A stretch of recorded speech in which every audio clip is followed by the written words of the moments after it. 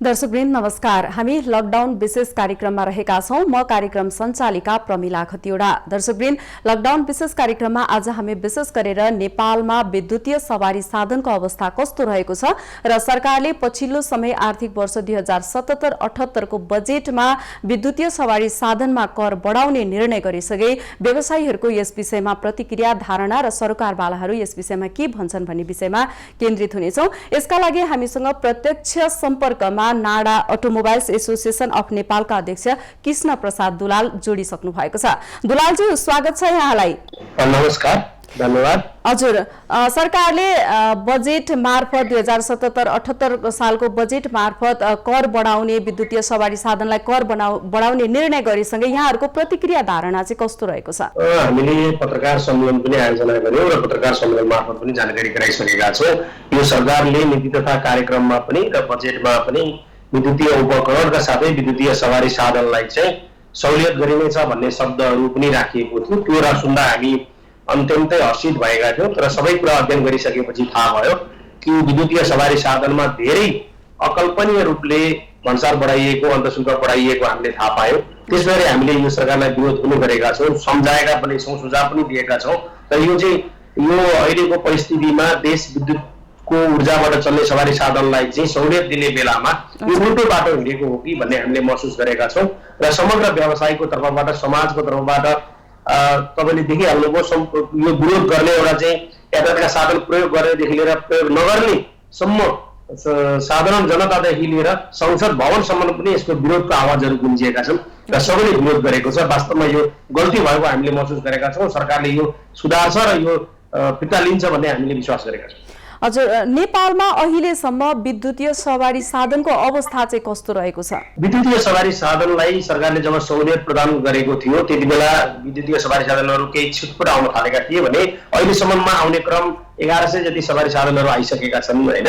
र विद्युतीय सवारी साधनहरू आइसकेपछि चाहिँ यो संसारको दृष्टिकोणबाट हेर्दाखेरि नेपालमा चाहिँ वास्तवमै भने टप 10 को स्थितिमा पुगिसकेको छ। नेपाल धेरै सवारी साधनहरू आइराखेका छन्, विद्युतीय सवारी साधनहरू पनि धेरै आउने क्रममा छन् र अलिकति जनताको चासो पनि विद्युतीय सवारी साधनमा रहेको, हरेक व्यक्तिको चासो रहेको, साधारण कर्मचारीदेखि लिएर साना व्यवसायदेखि लिएर साना उद्योगपतिदेखि लिएर मध्यम वर्गीयदेखि लिएर सबैको चासो चाहिँ विद्युतीय सवारी साधनमा छ। सबैले किन्न खोजिराखेको, बुझ्न खोजिराखेको र चासो राखिराखेको कारणले गर्दा यो वर्षदेखि चाहिँ विद्युतीय सवारी साधनको बिक्री अझै धेरै बृहत रूपमा बढ्ने भन्ने हामीले सोचेका थियौं। तर सरकारले यो प्रतिबन्ध लगाउने तरिकाले जसरी विद्युतीय सवारी साधनमा भन्सार बढाएको छ यो चाहिँ सहुलियत भन्दा पनि प्रतिबन्ध गरेको अथवा ल्याउन नखोजेको भन्ने खालको हामीले बुझेका छौं। र त्यही अनुसार गरियो र यो भन्सारको दरको परिवर्तन भएन भने यो प्रतिबन्ध सरै हुनेछ, विद्युतीय सवारी साधन आउँदैनन् भन्ने कुरा हामीलाई लाग्छ। हजुर, प्रधानमन्त्री केपी शर्मा ओलीले नै विद्युतीय बसको उद्घाटनको क्रममै उहाँले सन् 2020 सम्ममा चाहिँ 20% विद्युतीय बस चाहिँ नेपालमा आयात गर्ने भनेर भनिरहँदाखेरि उहाँले नीति तथा कार्यक्रममा पनि कर तथा सहुलियतको कुराहरुको छुटको कुराहरु आए थिए। तर बजेट मार्फत एक्कासी यसरी कर बढाइरहँदा यहाँहरु आफैले पनि विज्ञप्ति निकालेको कुरा गरिराख्नु भएको छ। यहाँहरुको मागहरु चाहिँ अब के रहेका छन्, के कुरामा चाहिँ सम्बोधन भइदिएदेखि हुन्थ्यो भन्ने? हैन, समग्र रूपमा सरकारलाई पनि राजस्व आवश्यक पर्छ, सरकारले पनि राजस्व दिनुपर्छ हैन। तर हाम्रो भनाइ चाहिँ के थियो भने ठीक छ, तपाईले डिजेल पेट्रोलका गाडीहरुमा चाहिँ $50,000 भन्दा महँगो गाडी ल्याउन नपाउने भन्ने एउटा अहिले विधि बनाइएको छ।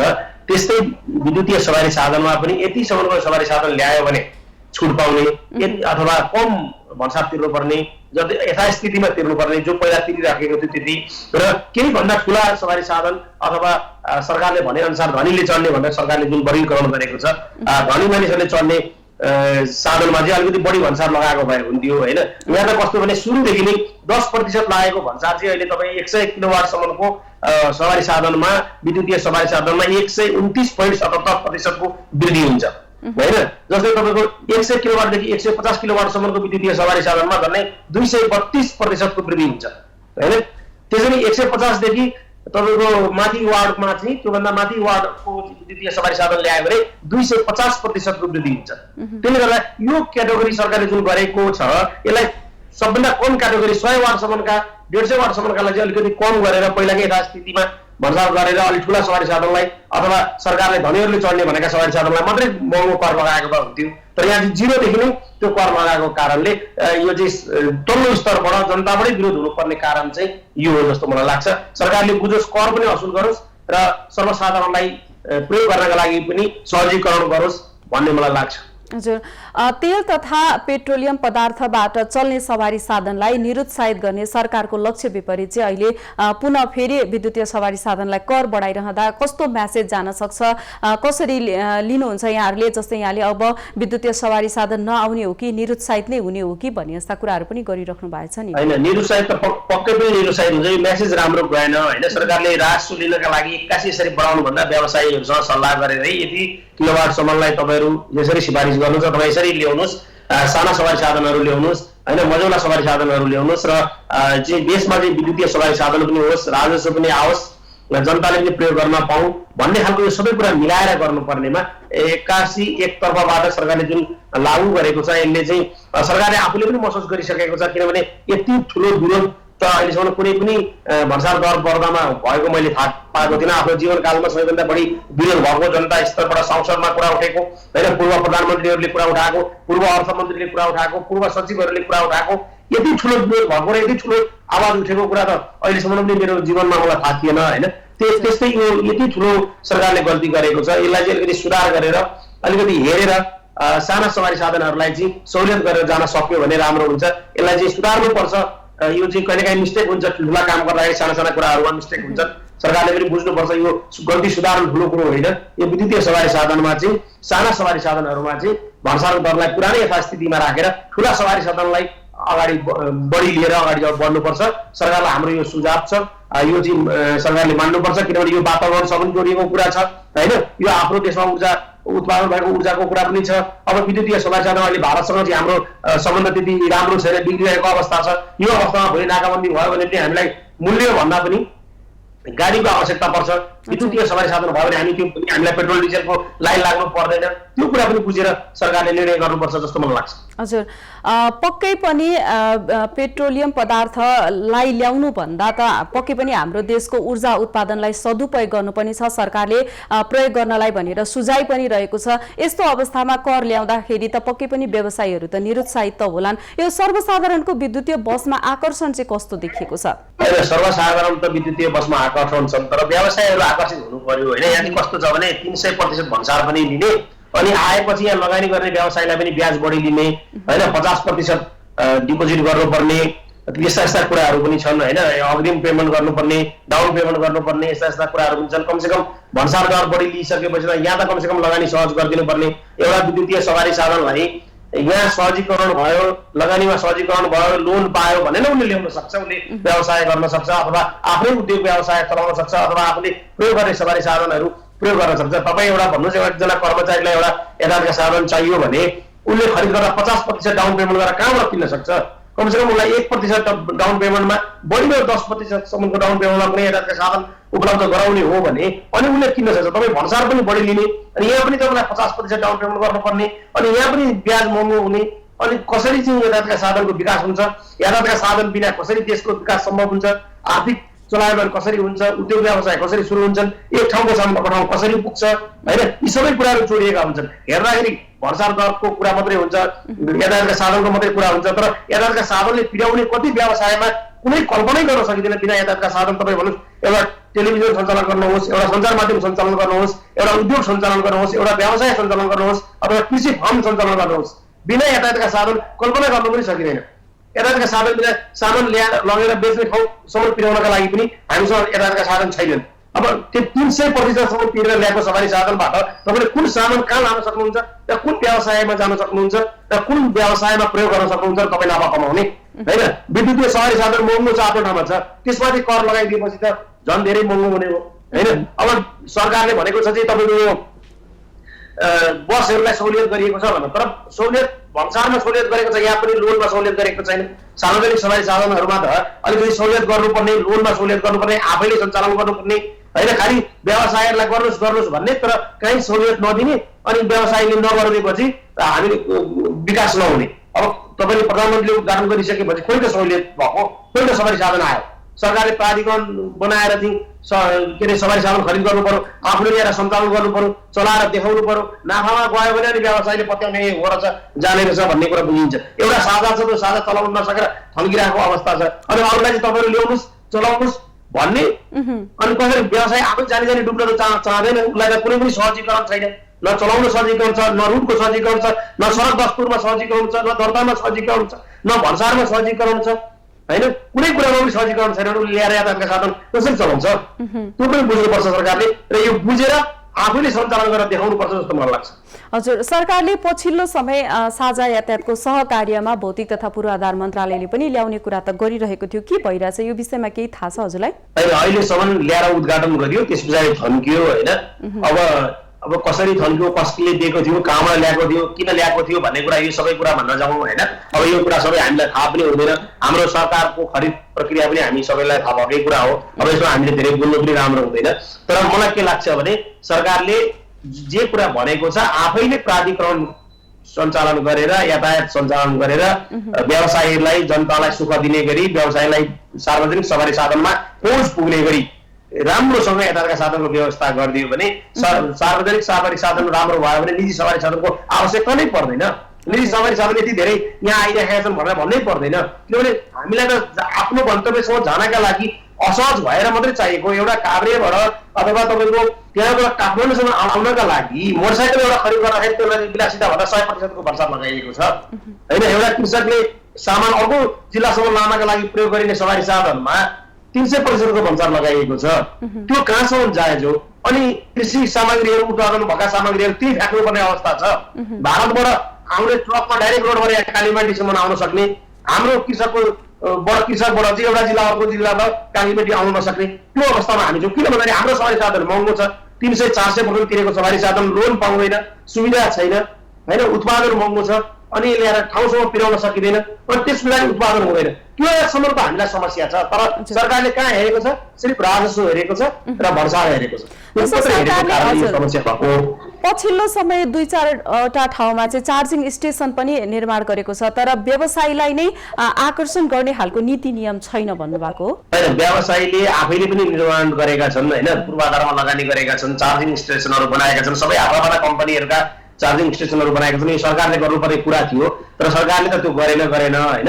अब यता साधनै ल्याउनु रहन्छ, त्यो कारणले पूर्वाधारमा लगानी नगरेको रहेछ भने अहिले चाहिँ हामीलाई लाग्न थालेको छ होइन। कि हिजो हामीले विद्युतीय सवारी साधन यत्रो वृद्धि भइरहेको छ, अब तपाईँहरूले पूर्वाधारहरू बनाइदिनुहोस्, चार्जिङ स्टेसनहरू बनाइदिनुहोस्। ठाउँ ठाउँमा चार्जिङ स्टेसन भयो भने यहाँबाट चाहिँ काँकरबेटा जानु पर्यो अथवा मैनानगर जानु पर्यो या पोखरा जानु पर्यो, नारायणघाट जानु पर्यो भने बिचमा चार्जिङ स्टेसनहरू होस् भने हामीले माग गरेका थियौँ। तर सरकारले त्यो बनाएन।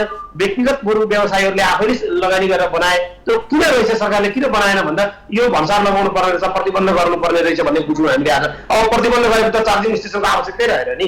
जब यातायातका साधनै आउँदैन, द्वितीय सवारी साधनै नेपाल आउँदैन भनेपछि त त्यसमा त चार्जिङ स्टेसनको आवश्यकतै भएन, पूर्वाधारको आवश्यकतै भएन, लगानीको आवश्यकतै भएन।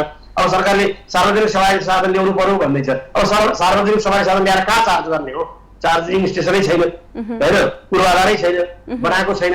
अब लगानी पनि सहजीकरण छैन भनेपछि त त्यो सम्भव नहुने कुरा। 2030 सम्ममा सबै सवारी साधनलाई के अरे भारतमा चाहिँ सबै सवारी साधनहरू इलेक्ट्रिक हुने, विद्युतीय सवारी साधन हुने भनेको छ। भोलि त्यहाँ उत्पादन हुन छोड्यो पेट्रोलको डिजल गाडी पनि हामीले के गर्ने हो? यत्रै महँगो तिरेर हामीले ल्याएर सञ्चालन गर्न सक्छौँ कि सक्दैनौँ? त्यो सम्बन्ध हेरेर निर्णय गरेको भए हुन्थ्यो, केही सहजीकरण गरेको भए हुन्थ्यो भन्ने मात्रै हाम्रो माग हो। त्यो सरकारको गरेको नीतिको भन्दा पनि एउटा स्टेप बाई स्टेप अगाडि बढेको भए राम्रो हुन्थ्यो भन्ने हामी सरकारलाई सुझाव दिन चाहन्छौँ। हस्त कृष्ण प्रसाद दुलालजी, यहाँको महत्त्वपूर्ण समय संवादको लागि धेरै धेरै धन्यवाद। दर्शकवृन्द, उहाँ हुनुहुन्थ्यो नाडा अटोमोबाइल्स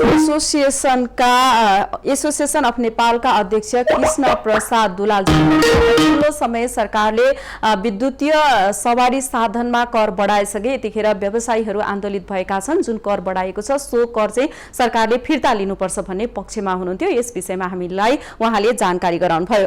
दर्शकवृन्द, दिन प्रतिदिन काठमाडौँ उपत्यकामा बढ्दो सवारी साधनको चाप भएसँगै सर्वसाधारणहरूले दुःख झेल्दै आएका छन्। उपत्यकामा सवारी साधनको चापले ट्राफिक व्यवस्थापन अस्तव्यस्त भएको अवस्था पनि रहेको छ। प्रदूषण समेत बढ्दै गएको छ। प्रदूषणकै कारण नेपालमा वार्षिक 35,000 भन्दा बढी मानिसको ज्यान जाने गरेको तथ्याङ्क पनि रहेको छ।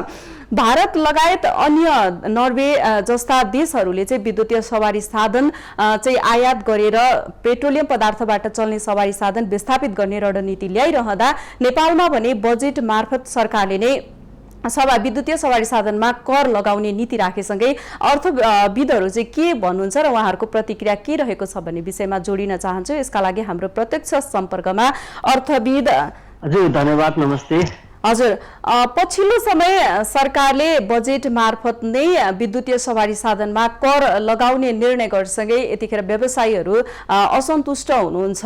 यहाँको विचारमा चाहिँ के कस्तो धारणा रहेको छ, प्रतिक्रिया के रहेको छ? हेर्नुहोस्, अब यो वास्तवमा कस्तो छ भने विद्युतीय जुन सवारी साधनमा जुन कर लगाइएको छ यो सरकारले अलिकति हछुवाको भरमा के स्टडी नगरिकन कहाँ कसरी के गर्नुपर्ने भन्ने थाहा नभइकन ल्याए जस्तो लाग्छ। र समग्रमा हेर्दा के छ भने सरकारको साइडबाट पनि हेर्दाखेरि केही यो लगाउनुको उसको अहिले केही लजिकहरू आफूलाई प्रस्तुत गरिरहेको पनि देखिन्छ।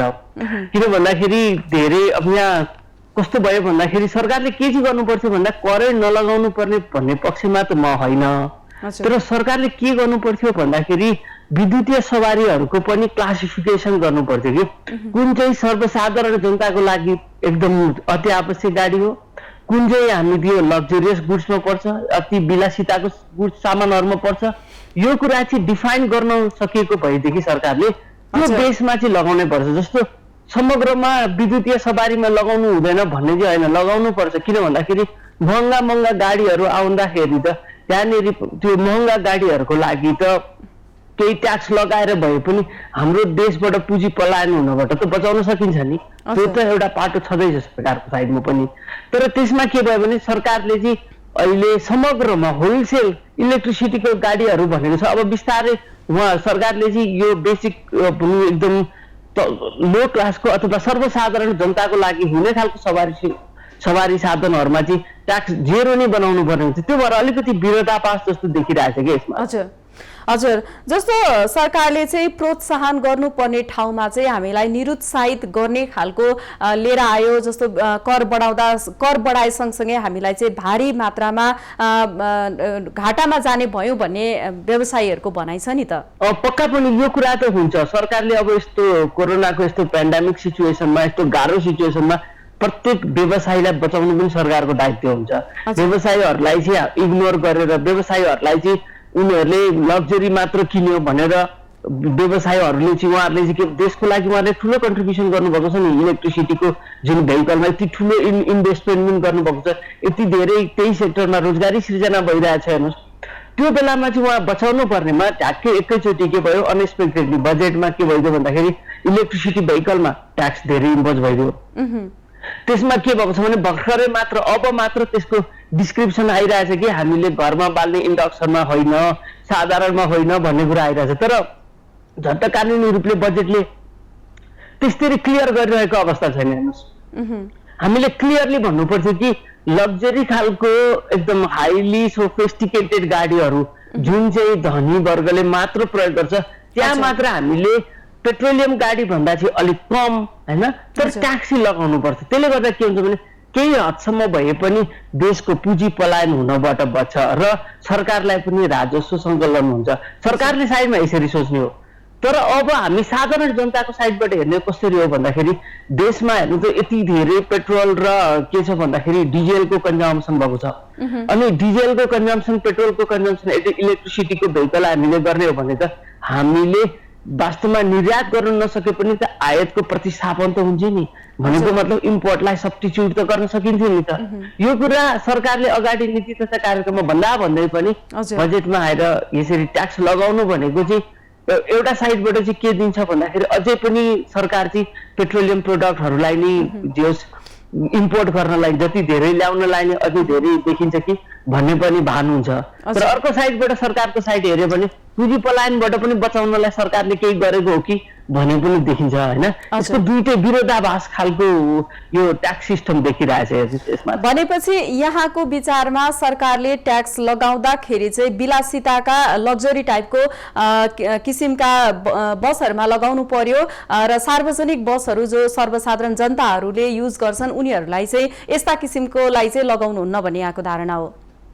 एक्ज्याक्टली जुन चाहिँ सर्वसाधारणको पहुँचमा हुन्थ्यो, जुन चाहिँ सर्वसाधारण जनताको लागि अति आवश्यक हुन्थ्यो। जस्तो तपाईँलाई म सानो एउटा उदाहरण दिन चाहन्छु कि कहिलेकाहीँ हामी के हुन्छ भन्दाखेरि अर्थशास्त्रको त्यो सामान्य सिद्धान्त नबुझेर पनि हाम्रो आन्दोलन भइरहेको हुन्छ क्या। हेर्नुहोस्, सरकारले कहिलेकाहीँ पेट्रोलको प्राइस बढ्छ तर सबैभन्दा धेरै विरोध भनेको चाहिँ एकदम रिमोट एरियाको सभासदज्यूहरूले गरिदिनुहुन्छ। अनि हाम्रो जोसँग चाहिँ मोटरसाइकल नै छैन, उहाँको सवारी साधन छैन, उहाँहरूले चाहिँ आन्दोलनमा अग्र पंक्तिमा उहाँहरू हुनुहुन्छ कि। तर हामीले आन्दोलन गर्ने, सर्वसाधारण जनताले आन्दोलन गर्ने भनेको पेट्रोलको प्राइसमा भन्दा पनि डिजेलको प्राइस बढ्दा चाहिँ हो कि। फेरि हामीले यस्तरी कहिलेकाहीँ नबुझेर पनि परिरहेको हुन्छ। र यसमा पनि मैले के देख्छु भने सरकारले यसलाई चाँडोभन्दा चाँडो आफ्नो नीतिमा, पोलिसीमा चेन्जेस ल्याएर चाहिँ अझै पनि त हामी बजेटको डिस्कसन भइरहेछ जुन सांसदमा हाम्रो, यसमा हामीले पोलिसीमा केही चेन्जेस गर्ने अवस्था पनि छ अहिलेको समयमा। भनेपछि सरकारले क्लियरली यो चाहिँ सर्वसाधारण जनताको लागि हो, यसको लागि हामीले इन्फ्रास्ट्रक्चर बनाउनु पर्यो।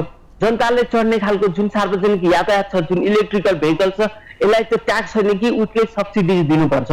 यो खालको व्यापारीहरूलाई यो जसले उहाँहरूले यो कुरा ल्याउन सक्नुहुन्छ। चार्जिङ स्टेसनहरू सरकारले त्यसको लागि बनाइदिनु पर्ने हुन्छ, यो कुरा चाहिँ गर्नुपर्ने हुन्छ।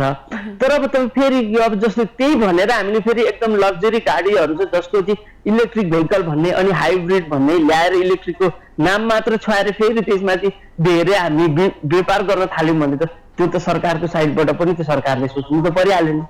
यसमा चाहिँ सरकारले एकदमै क्लियरली पोलिसी बनाउँदाखेरि यो चाहिँ लग्जरी गुड्स हो, यो चाहिँ एकदमै अत्यावश्यक गुड्स हो भनेर छुट्याउनु पर्यो। अत्यावश्यकलाई 0% ट्याक्स वर्षक मिल्छ भने उहाँहरूलाई सब्सिडिज पनि दिउँ।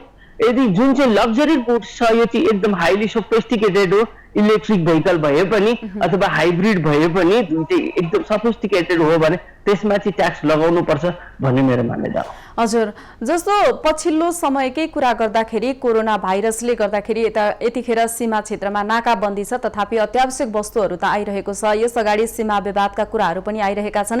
भारतले नेपाललाई लगाएको नाकाबन्दीको कुराहरू पनि नेपालीहरूले बिर्सन सकेका छैनन्। यस्तो अवस्थामा हामी परनिर्भर छौँ पेट्रोलियम पदार्थमा, भारतमाथि या भनौँ तेस्रो मुलुकमाथि, दोस्रो मुलुकमाथि। यस्तो अवस्थामा चाहिँ नेपाल सरकारले नेपालमै खपत हुने ऊर्जा खपत गर्न पनि भनिरहेको सन्दर्भमा यसरी लगाउनु चाहिँ कति उचित हुन्छ? अब सरकारको नीति चाहिँ कस्तो हुनुपर्छ कि नेपालमै आत्मनिर्भर हुने तरिकालेबाट जानको लागि? अब म तपाईलाई के भन्न चाहन्छु भने यहाँनिर वास्तवमा हामी नेपालीहरू जुन पहिलाको जुन इलेक्ट्रिसिटी क्राइसिस थियो नि, जुन हामी 18 घण्टासम्मको लोड सेडिङको जुन तरिकाले जुन कल्चरमा हामी हुर्केर आयौँ नि, अहिले पनि हाम्रो मेन्टालिटी त्यही नै रहेको छ। हेर्नुहोस्, किन भन्नुहुन्छ भने जस्तो एउटा घरको गेटमा बाल्ने बत्ती भनेको त रातभरि बाल्नु पर्ने बत्ती हो नि त। तर हामी के गर्छ सुत्ने बेलामा त्यो बत्ती पनि सबै निभाएर जान्छ। भन्न खोजा विद्युत प्राधिकरण के भनिरहेछ, सरकार के भनिरहेछ भन्दा इलेक्ट्रिसिटी कन्जम्सन धेरै गरिदियो भनिरहेछ। अनि फेरि सरकार आफै के भन्छ, इलेक्ट्रिक गुड्सहरूमा धेरै ट्याक्स लगाएर त्यसलाई डिस्करेज गर्न खोजिरहेछ। हेर्नुहोस् होइन, अनि फेरि हाम्रो जनताको जुन कन्जम्सन, जुन उपभोगको जुन प्याटर्न छ, हाम्रो तरिका छ, त्यो चाहिँ हामी क्राइसिसकै टाइमको जुन तरिकामा बाँचिरहेछौँ क्या। भनेपछि हामीलाई अहिले पनि कन्फिडेन्स छैन कि तपाईँलाई घरमा ग्यासको सिलिन्डर नराखिकन इन्डक्सनबाट मात्रै भात पाक्छ भन्ने कुरामा तपाईँ कन्फिडेन्स हुनुहुन्न। जबसम्म त्यो लेभलको कन्फिडेन्स गभर्मेन्टले पनि डेभलप गर्नु पर्यो, नेपाल इलेक्ट्रिसिटी अथोरिटीले पनि गर्नु पर्यो। हामी त्यो भयो भने मात्र हामी के गर्न सक्छ भन्दाखेरि यो खालको जति पनि उत्पादन छ अनि यसलाई हामीले देखाउन सक्छ, होइन भने हामीलाई गाह्रो सिचुएसन आउन सक्छ। हजुर, जस्तो विद्युतीय सवारी साधनको नेपालमा प्राविधिक सम्भाव्यता चाहिँ कतिको देख्नुहुन्छ यहाँले? हजुर, गाह्रो सिचुएसन आउँछ हामीलाई र हामीले चाँडोभन्दा यो जुन इलेक्ट्रिक भेहिकललाई हामीले इन्करेज पनि गर्नु पर्यो। त्यसको मतलब फेरि हाइब्रिडको नाममा इलेक्ट्रिकलाई थोरै इलेक्ट्रिक छ, धेरै क्यापिटल फ्लाइट पनि हुनु भएन। र समग्रमा व्यापारीहरू र सरकार दुवै पक्षहरू उहाँहरू दुवै साइडमा बसेर एउटा स्ट्यान्डर्ड पोलिसी बनाउनु जरुरी छ। यो भयो भने चाहिँ देशको लागि इम्पोर्ट सब्स्टिट्युसनमा पनि फाइदा छ, क्यापिटल फ्लाइटमा पनि फाइदा छ। उहाँहरू दुवैजना बस्नु पर्यो। र सरकारको नेपाल सरकारको जहिले पनि एउटा प्रब्लम चाहिँ के छ भन्दाखेरि जस्तो इलेक्ट्रिक भेहिकलको बारेमा हामी डिसिजन गर्दैछौँ भने उहाँहरूसँग केही सल्लाह गरिदिएको भएदेखि त सरकारलाई पनि त अहिले गाह्रो पर्ने थिएन नि, सजिलो हुन्थ्यो नि। त्यो कुरा नगर्ने बानी एउटा गाह्रोको कुरा पनि छ।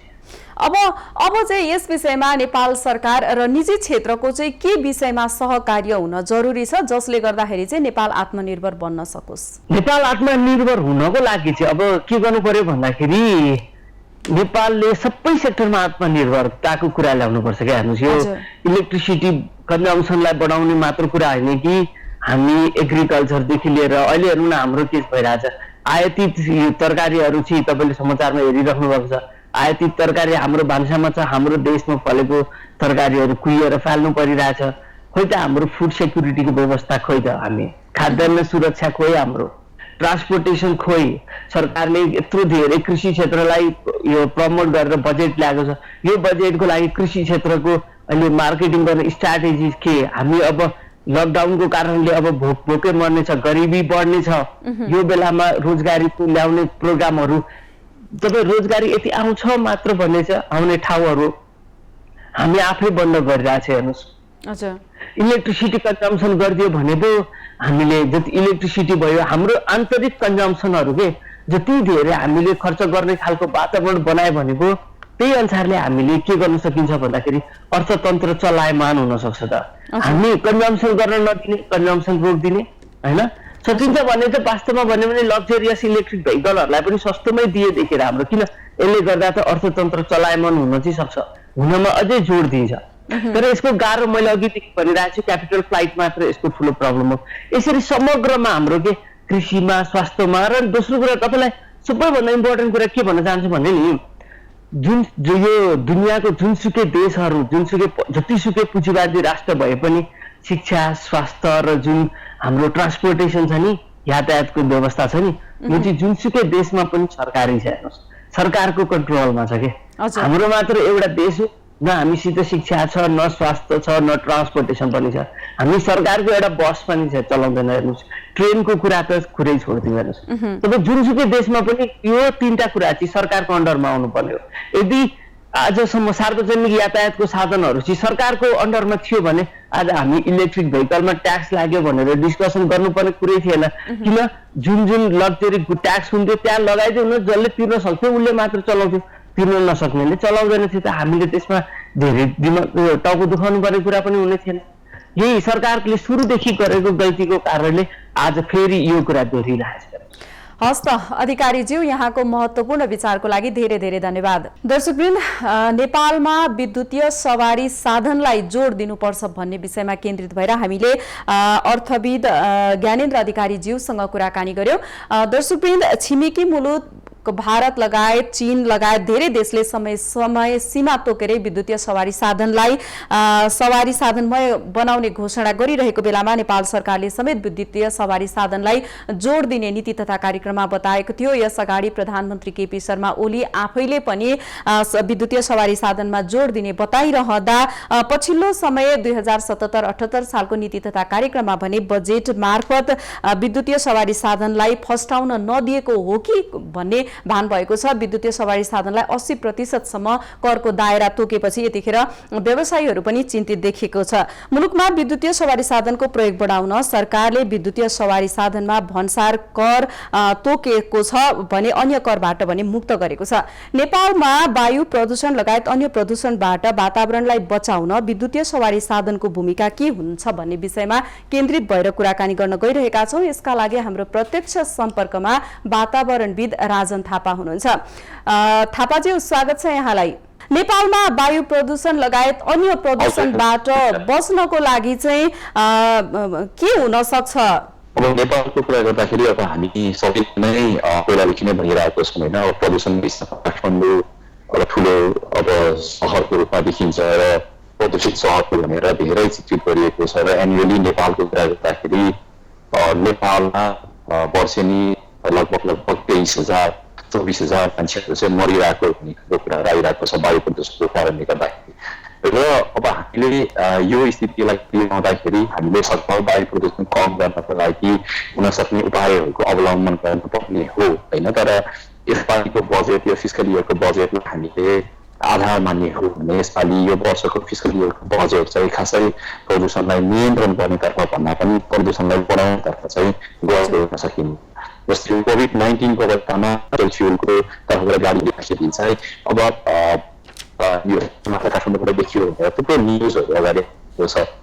त्यो कुराहरूलाई छोडेर अहिले चाहिँ फोसिल फ्युलबाट चल्ने पेट्रोल डिजल चल्ने गाडीहरूमा चलिँदाखेरि वातावरण सुधार भएको देखिरहँदाखेरि पनि सरकारले चाहिँ त्यसलाई व्यवस्था गरेर अब इलेक्ट्रिक भेहिकलहरू स्पेसली प्राइभेट भेहिकल्सहरूमा चाहिँ ट्याक्स बढाइ देख्दाखेरि त्यसले पक्कै पनि भोलिको दिनमा असहज भयो। हजुर, पछिल्लो समय विद्युतीय सवारी साधनले गर्दाखेरि चाहिँ वातावरण प्रदूषण कम गर्न न्यूनीकरणको लागि चाहिँ एउटा दरिलो माध्यम पनि भनेर हामीले सोचिरहँदाखेरि सरकारले विद्युतीय सवारी साधनलाई कर लगाउने निर्णय गरेको छ।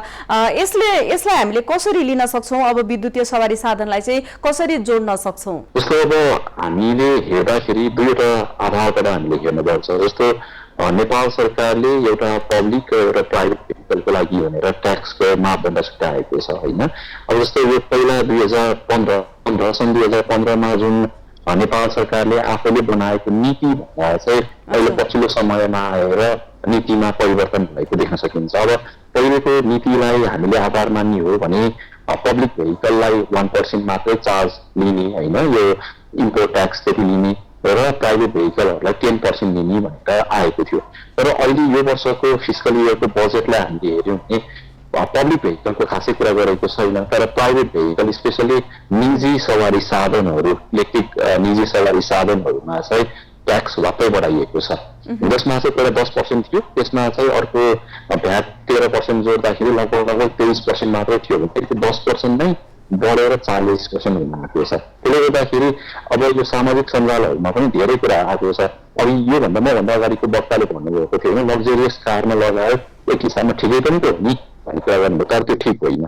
जस्तो 18 लाखको गाडी चाहिँ एउटा मध्यमवर्गीय व्यक्तिले चाहिँ सोच्न सक्छ अहिलेको अवस्थामा, तर त्यो 18 लाख पर्ने गाडी अब 30 लाख हाराहारीमा पर्न आउँछ, जुन अहिले सरकारले तय गरेको जुन नयाँ नीति छ, यो वार्षिक कार्यक्रम छ। त्यसले गर्दाखेरि त मेरो सवाहरा वर्ग जस्तो मध्यम वर्गले चाहिँ गाडी चढ्न चाह्यो भने त उसले सकेन नि त, एउटा हिसाबमा त्यो हो होइन। त्यसले गर्दाखेरि यो चाहिँ विवादास्पद हुन चाहिँ गएको देखिन्छ एक हिसाबमा। अर्को कुरा भनेको चाहिँ जस्तो नेपालको नीतिहरू होइन, यो मैले यो वार्षिक नीतिको मात्रै कुराकानी गरिनँ। नेपालले गएको वर्ष 2077 सालमा राष्ट्रिय जलवायु नीति लिएर आयो।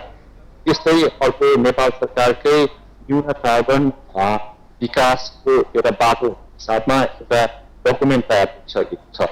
र त्यस्तै गरी नेपालले अन्तर्राष्ट्रिय जलवायु सम्मेलनमा भनौँ न उनीहरूले कमिट गरे अनुरूप चाहिँ नेसनली डिटरमाइन्ड कन्ट्रिब्युसन हामीले यो राष्ट्र आफैले नै निर्धारण गरेको भनौँ न मेरो चाहिँ योगदान कति हुन्छ त यो जलवायु परिवर्तन रोक्नमा भन्दाखेरि त्यो सबैमा इलेक्ट्रिक गाडीलाई चाहिँ प्राथमिकता दिइने भन्ने खालको कुरा छ।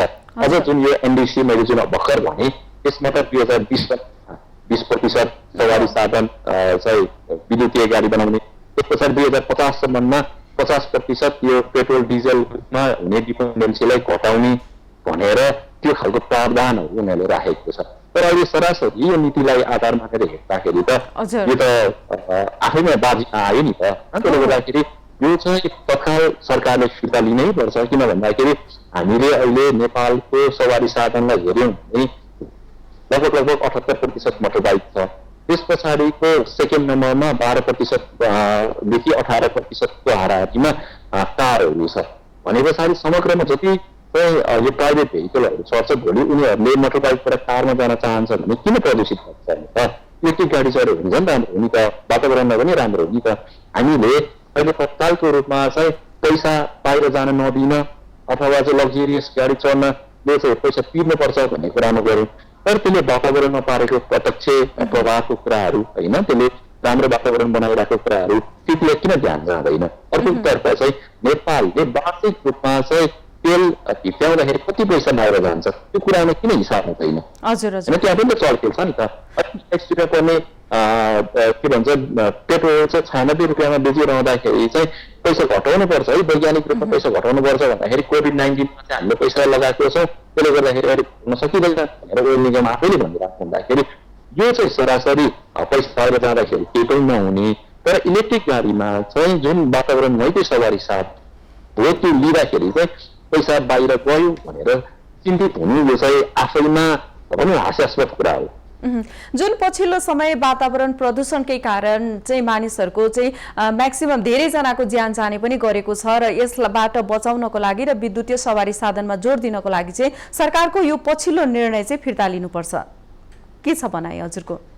पक्कै पनि लिनुपर्छ। जस्तो यो चाहिँ मैले इतिहास पनि भनौँ यो वातावरणको क्षेत्रमा विगत 13 वर्षदेखिबाट काम गरिरहेको छु। मैले अलिकति इतिहासलाई पल्टाएर हेर्ने हो भने सन् 1905 यो ट्रली बसको सुरुवात भयो। त्यतिखेर विद्युतीय अब त्यतिखेर नेपालमा चाहिँ सरप्लस विद्युतै नहुँदाखेरि चाहिँ त्यो इनिसिएसन भइसकेको थियो। अनि त्यस पछाडि 1993 मा आएर चाहिँ 7वटा डिजेलबाट चल्ने यो टेम्पोलाई चाहिँ इलेक्ट्रिक भेहिकल बनाइएको थियो, भनेको ब्याट्रीबाट चल्ने बनाइएको थियो। यसले के प्रश्न गर्छ त भन्दाखेरि नेपालमा पनि आफ्नै तरिकाले केही गर्न चाह्यो भने गर्न सक्दो रहेछ है भन्ने खालको कुरा। त्यस पछाडि 1996 मा 600वटा सफा टेम्पो दिए। अनि 1997 मा आएर चाहिँ सरकारले पहिलोचोटि के गर्यो त भन्दाखेरि जुन 234% ट्याक्सलाई चाहिँ घटाएर 23% मात्रै लिएर आउने है यो विद्युतीय गाडीहरूमा, त्यतिखेर नै यो ट्याक्स सब्सिडीको कुराहरू लिएर आयो। मैले सन् 2097 को कुरा गरिरहेको छु, 1997 को। तर त्यसको 3-4 वर्ष पछाडि सन् 2002 मा चाहिँ फेरि सरकारले के गर्यो त भन्दाखेरि जुन इलेक्ट्रिक गाडीमा चाहिँ यो ट्याक्स छुट दिएको थियो त्यो कुरालाई चाहिँ कम्प्लिटली अब हामी मान्दैनौँ, ट्याक्स लगाउनु पर्छ भन्ने खालको कुराहरू गर्यो र 2009 मा आएर कम्प्लिटली यो ट्रली बस चाहिँ बन्द भयो। र हजुर जस्तो विश्वकै साझा एजेन्डा हो यतिखेर वायु प्रदूषण भन्ने, जल प्रदूषण, जलवायु परिवर्तन सम्बन्धी विषयलाई चाहिँ अब गम्भीर रूपमा लिनको लागि सरकारले के कस्ता नीति तथा योजनाहरू ल्याउनुपर्छ, कार्यान्वयन गरिनुपर्छ? जस्तो मैले हेर्दाखेरि चाहिँ अब सरकारले पटक पटक आफूले एउटा बाटो निर्धारण गर्छ र पछि फेरि आफै त्यो बाटोबाट कन्सिन खोजेको देखिन्छ। जुन मैले अघि भनिरहेको थिएँ 2002 मा चाहिँ जुन उनीहरूले यो इलेक्ट्रिक भेहिकललाई दिएको ट्याक्स सब्सिडीबाट चाहिँ फेरि पर सरेको थियो। अनि फेरि 2015 मा आएर ट्याक्स छुट दिने भनेर 10% र 1% मा आयो। अनि अहिले आएर भनौँ न यो 2077-78 को यो बजेटमा 2020 मा आएर चाहिँ फेरि आफूले पहिला भनेको कुराबाट फर्किनु भनेको चाहिँ विश्व स्तरमा नेपालले गरेको कमिटमेन्ट र यो पक्ष राष्ट्रहरूको सम्मेलन, जलवायु परिवर्तनको सम्मेलनहरूमा चाहिँ जुन नेपालले हस्ताक्षर गरेको छ र जुन पोलिसीहरू इन्टरनेसनली नेपालले सब्मिट गरेको छ त्यसमा त बाजी नआयो होइन। त्यसले गर्दाखेरि भोलिको दिनमा इभन भारतकै कुरा गर्दाखेरि भारत चाहिँ अब अहिले युरो 6, युरो 7 को गाडी चलाइरहेको छ भने उनीहरूले चाहिँ टार्गेट पनि राखिसकेको छ 2030 पछाडि चाहिँ अर्को गाडी नबेच्ने भन्ने हिसाबमा। अनि नेपाल चाहिँ अझै पनि डिजल पेट्रोल भेहिकलतिर नै जाने भन्दाखेरि चाहिँ यो आफूले गरेको कमिटमेन्टतिर चाहिँ बाजी नआउँछ र पक्कै पनि अबको बाटो भनेको चाहिँ दीर्घकालीन सोचतिर हामी अगाडि जानुपर्छ र सरकारले छिटोभन्दा छिटो यो नीतिलाई यो जुन ल्याएको उनीहरूले ल्याएको पोलिसी छ त्यसलाई चाहिँ परिवर्तन गरेर विद्युतीय गाडीलाई चाहिँ प्रोत्साहन र प्रवर्धन गर्नुपर्छ। त्यसको लागि निश्चित रूपमा चाहिँ भनौँ पक्कै ट्याक्स लगाउनु पर्छ, तर अहिले लगाएको हिसाबमा लगाउने भन्दा पनि जुन पहिल्यै नै कायम गरेको थियो त्यो अनुसार अझ सहुलियत दिएर गयो भने भोलिको दिनमा चाहिँ नेपाल स्वच्छ ऊर्जाको बाटोतर्फ उन्मुख हुन्छ र यसले विश्वलाई नै एउटा राम्रो भनौँ न उदाहरण पनि दिन सक्छ। हस् त राजनजी, यहाँको महत्त्वपूर्ण संवाद र समयको लागि धेरै धेरै धन्यवाद। हजुर हस्, धेरै धन्यवाद यहाँको टाइमको लागि। हस् त दर्शकवृन्द, उहाँ हुनुहुन्थ्यो वातावरणविद राजन थापा। पछिल्लो समय सरकारले वातावरण प्रदूषणलाई कम गर्नको लागि र जलवायु परिवर्तनमा गम्भीर ध्यान दिन सरकारको आवश्यक छ, नीति तथा कार्यक्रम हुन आवश्यक छ। तथापि सरकारले पछिल्लो समय प्रदूषण कम गर्ने ठूला विद्युतीय सवारी साधनलाई कर बढाएसँगै यो अवस्था कर बढाउन नहुने भन्ने उहाँको धारणा रहेको थियो। दर्शकवृन्द, यतिखेर ठूला विद्युतीय सवारी साधनले ट्राफिक व्यवस्थापनमा पक्कै पनि सहजता पुर्याउने गर्छ। यसका साथै यात्रुलाई सस्ताका साथ सवार गर्न समेत मद्दत पुर्याउँछ। यातायात स्वास्थ्य विभागको तथ्याङ्क अनुसार नेपालमा 25 लाख भन्दा बढी सवारी साधन दर्ता भइसकेको छ भने गत वर्ष मात्रै 2,12,000 नयाँ सवारी साधन दर्ता भएका छन्।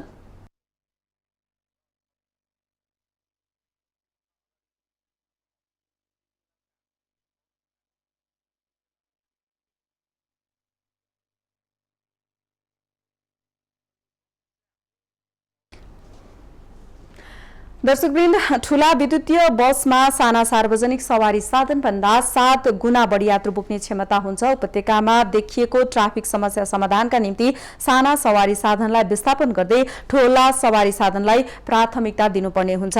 तर उपत्यकामा दुवै वायु प्रदूषण तथा बढ्दो सवारी चापको समस्याको उपाय भनेकै ठूला विद्युतीय सवारी साधन भित्र्याउनु हो। तर सरकारको पछिल्लो समय बजेट मार्फत विद्युतीय सवारी साधनमा 80% लगाउने निर्णयसँगै भने विद्युतीय सवारी साधनलाई कतै निरुत्साहित गर्न खोजेको हो कि होइन भन्ने विषयमा केन्द्रित भएर कुराकानी गरिरहेका छौं। यसका लागि हामीसँग प्रत्यक्ष टेलिफोन सम्पर्कमा सुन्दर यातायातका अध्यक्ष भेषबहादुर थापा हुनुहुन्छ। थापाजी, स्वागत छ यहाँलाई। धन्यवाद। हजुर, जुन सरकारले पछिल्लो समय ठूला विद्युतीय सवारी साधनलाई कर लगाउने, कर वृद्धि गरिरहेको कुरालाई लिएर व्यवसायीहरू यतिखेर असन्तुष्टि हुनुहुन्छ। यहाँको प्रतिक्रिया भने कस्तो रहेको छ? यहाँ पनि एकजना व्यवसायी हुनुहुन्छ। हामीले अहिले यसम्म सुन्दर यातायात विद्युतीय सार्वजनिक विद्युतीय बस हामी चलाउँछौँ र अहिले हामीले विद्युतीय सवारी साधन सार्वजनिक पब्लिक भेहिकल जहाँ यो 60सम्मको समस्यायुक्त गाडीहरूलाई चाहिँ कर बढाएको छैन भन्ने कुरा हामीले पाएका छौँ होइन। र हामीले अर्थमन्त्रीजीसित पनि हामीले बढाएका छैनौँ, यथावत छ तपाईँहरूको होइन भन्ने सुनाइमा आएको छ। अब साना गाडीहरूको त अवश्य नै मूल्य वृद्धि भएको नै छ, तर आफ्नै देशमा उत्पादित हुने विद्युतबाट चल्ने सवारी साधनहरूले मूल्य वृद्धि गर्नु त त्यो कुनै पनि हदसम्म राम्रो त होइन होइन। तर राम्रो पनि होइन, तर यसलाई हामीले के हो भने विद्युतीय सवारी साधनले सहुलियत पाएको छ भनेर सही मार्गमा सदुपयोग गर्नु पर्यो कि यसलाई नै हामीले टिकटिकीको रूपमा सहुलियत दिएको छ भनेर महँगो सवारी साधन भित्राउने काम हामीले पनि गर्नु हुँदैन। र सरकारले पनि यो सहुलियतहरूलाई चाहिँ निरन्तरता दिने गरेर कसैले एकजना व्यापारी वा दुईजना व्यापारीले गर्यो भनेर मापदण्डै तोड्ने गरेर करको दायरा चाहिँ बढाउनु हुँदैन। हजुर, विद्युतीय सवारी साधन यहाँहरूको उपत्यकामा चलिरहेको छ, यहाँहरूको सर्वसाधारणहरूको प्रतिक्रिया आकर्षण कस्तो रहेको छ? हाम्रो विद्युतीय सवारी साधन त भनौँ यो लकडाउन भन्दा अगाडिसम्म हामीले एकदम राम्रो चल्यो, हामीले सेवा पनि एकदम राम्रो दिन सकियो होइन। तर सम्भावित उहाँहरूको नै भनौँ केही अझ भन्नुपर्छ, तपाईँहरू भन्नुपर्छ सीता पाइलाबाट एउटा चढ्नुभएको आमाले हामीलाई जुन हौसला दिनुभएको छ होइन, त्यो हौसला त जिन्दगीमा हामीले अरू काम गरेर पाउने नै ठुलो नै हामीले हौसला भए। विद्युतीय सवारी साधन चढ्नु भएछ उहाँले हाम्रो बस चढ्नु भएको थियो होइन। अब हाम्रोमा साउन्ड आउन्न, वातावरण एकदम राम्रो छ होइन, शान्त भएर चल्नु। यस्तो गाडी चाहिँ देशव्यापी रूपमा राख्नुपर्छ, काठमाडौँमा धेरै राख्नुपर्छ भन्ने त्यो पनि प्रेरणा हो। र हामीले विभिन्न टोलवासीहरू, विभिन्न टोल समाजहरूले र एरियाको मान्छेहरूले हाम्रो ठाउँमा नै विद्युतीय बस राख्नुपर्छ भन्ने चाहिँ माग धेरै नै आएको छ।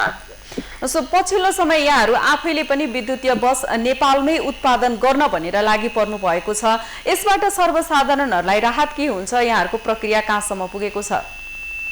अब हामीले गाडी एसेम्बल गर्नको लागि प्रस्तावित रूपन्देवीको मतिपुरमा र त्यही नजिकको जग्गा हामीले केही मात्रामा प्राप्त गरेका छौँ होइन, जहाँ हामीले 16 बिघा निजी स्तरबाट र केही सरकारी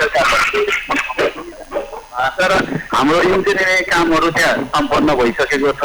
र लकडाउनको कारणले गर्दा हामी केही पछाडि हामी पनि ब्याक हुनुपर्ने अवस्था छ, होइन भने चाहिँ हामीले लकडाउन नभएको अहिलेसम्म चाहिँ हामीले भौतिक संरचना चाहिँ जिम्मेदारी गरेर र आफ्नै देशमा गाडी उत्पादन भइसकेपछि एउटा कुरो के भने अवश्य पनि सबै कुरामा सस्तो छ।